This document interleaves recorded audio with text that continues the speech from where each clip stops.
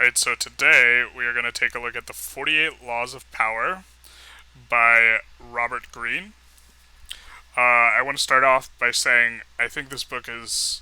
I read this book when I was a teenager, and I enjoyed it immensely, and I thought it was really useful. But rereading it today, I don't think it's very useful, and I also think that from what I've seen, a lot of people reference this book. I think it's grossly overrated, and we're going to take a quick talk about why. So, what the book does is it takes a Machiavellian lens and talks about power. So, when I say Machiavellian, I mean underhanded, uh, everything's for yourself, very power oriented, completely not just devoid of ethics, but like actively sneaky or underhanded. Because I think some of the arguments uh, lend to just actively being destructive towards others. But um, I think he actually does a very. I think the book is very entertaining, and it's also I think a gorgeous book. There's like he uses color and shape to intersperse a lot of stuff like quotes, and then he also I think the layout of the book is very good, and that insofar as he takes a whole bunch of stories and is able to filter them through his Machiavellian lens, I think he does a really good job creating that stylization where everything's Machiavellian and is actually very entertaining to read. Um, and I like his writing quite a bit, so it's hard for me in some sense to be negative, but I also just I don't think I. Well, let's get into it a little bit. So for utility, I give it a two. I think that it's a book that's contending that it offers prescriptions, and in the even in the intro, it's like, oh, you could read this just for entertainment, but the most entertaining thing is to let yourself get sucked in by it. So it's openly advocating actually engaging in it, and then I think the a lot of the stuff is internally inconsistent with like one law is inconsistent with another. For almost all the laws, he has a reversal where he says, "Oh, but sometimes it's not really a law," and it's like, well, it's kind of okay. So first off, if it's like if you sometimes break it, then it's like a guideline and not a law. But like a law sounds cooler, so okay. But on the second hand, if almost everything has an opposite, then you're just painting a picture, a stylization of Machiavellian thinking, and none of the laws actually really have any prescriptive benefit, but you're implying that they do. Um, I think that like the lens through which he's operating is it's very underhanded and not what would be effective today, even if you thought it was effective as a courtier historically. Um, the he completely like takes out cooperation as an effective means, and uh, a lot of success today is networking and playing well with others. And if you're actively like in your practice trying to fuck others or to mess with their lives, or not mess with their lives, but like step over them, then I think that that shows up in your communication, and it's not necessarily something you could hide. And that it's just a bad look to trying to get what you want. It's not very good for achieving power. There's one more point that I was going to make, and maybe I'll think of it, or maybe I'll think of it and then come back to it.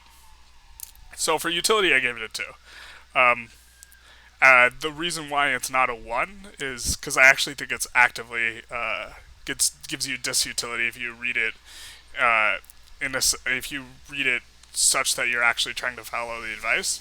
It's because I think the way that he stylizes the Machiavellian lens is really interesting.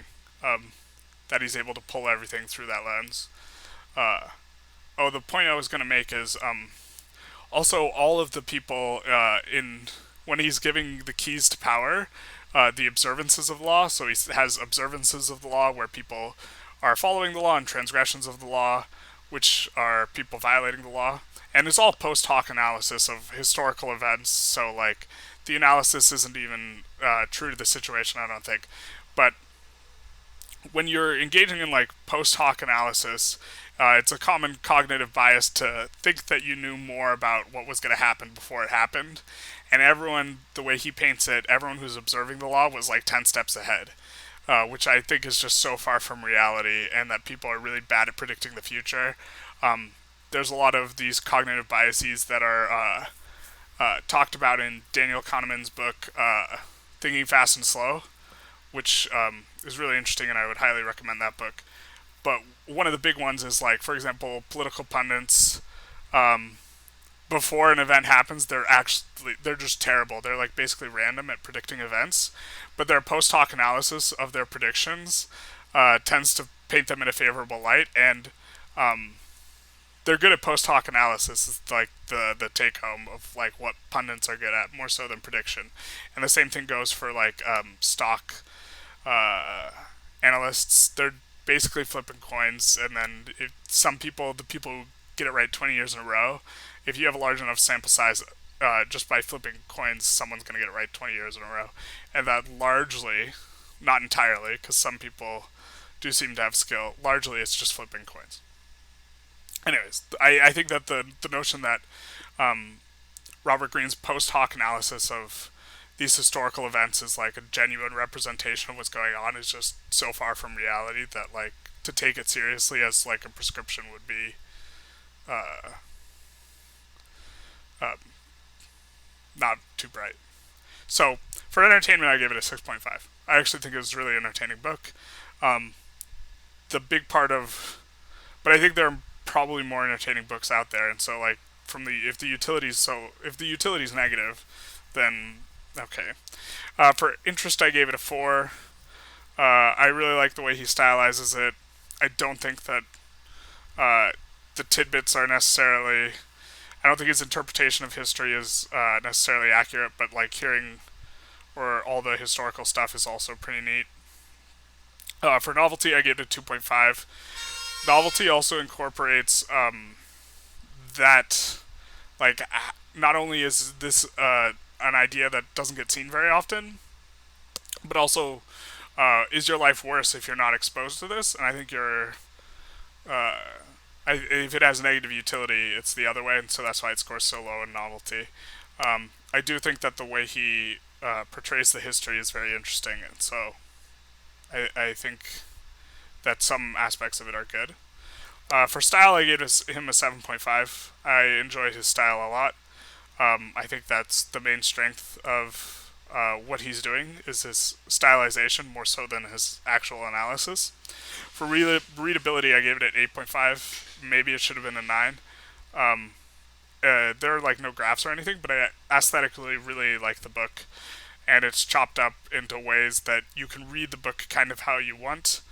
If you wanted to like ignore the sidebar things, you can ignore them. If you wanted to um, just read like keys to power at the end of each chapter, so he gives like an observance or a transgression or both, and then like keys to power at the end, where he talks about more about the actual law itself. There are a lot of different ways you could read this book because of the way it's formatted, and so I think it's pretty readable. For difficulty, I gave it a 5. Um, I treated it as like an entertainment book, and for like an entertainment book, it's not hard or easy.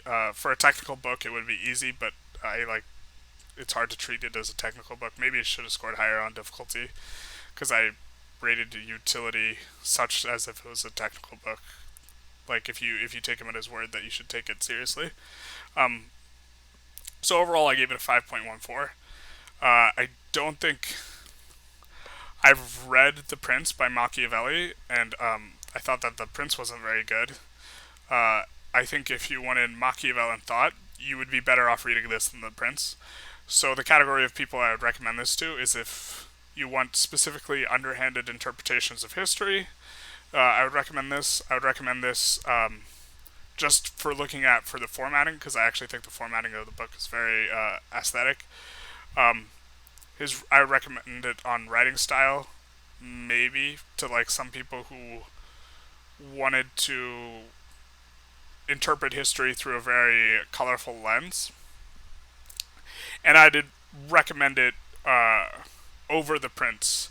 If someone was interested in Machiavelli and they're like, "Oh, I've been thinking of reading The Prince," um, I would recommend this book with quite a few like qualifiers. Um, I think a good book to read alongside this for balance would be No Contest by Alfie Kahn for an interpretation of why cooperation is good.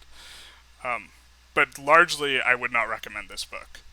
Other than those examples I gave, I would I don't think I would recommend it. I would probably recommend one of Robert Greene's other books over this, and um, yeah, it's hard because I enjoy the book, but I don't think I'll ever recommend it to anyone. Um, Even if someone was interested in Machiavelli, I'd probably just I would rather point them down to some other path. Although I'd recommend this over The Prince. Um, it's like an entertaining book, but like unless you had like if someone was making a list of books to read, and I had to put 100 books on it, I don't think I would put this book on it. Um, and so uh, I think Robert Greene does a good job. I don't think he's a bad author, but I wouldn't recommend this book. I actually think Robert Greene's a very good author. I liked his book Mastery, although I disagree with some of the ideas. Um, but yeah, if you liked this review, feel free to like, comment, or subscribe. As far as comments go, uh, I don't know. If you disagreed with me, certainly typing this out wouldn't be. I don't think could it in any way be following the laws. Um, so I don't know what to suggest. Uh, uh, I maybe books on cooperation or the side of things would be interesting for discussion because um, I think this is a book that might be interesting to read for or read alongside like cooperative books for balance. Or if someone was determined to read this, I would want to recommend more cooperative books. Even though for a large period of my life I've been hyper competitive, I'm still competitive. I just try not to be as much, which is why I'd recommend No Contest by Alfie Kahn. Anyways, um, yeah, wouldn't recommend this one. Anyways, take care.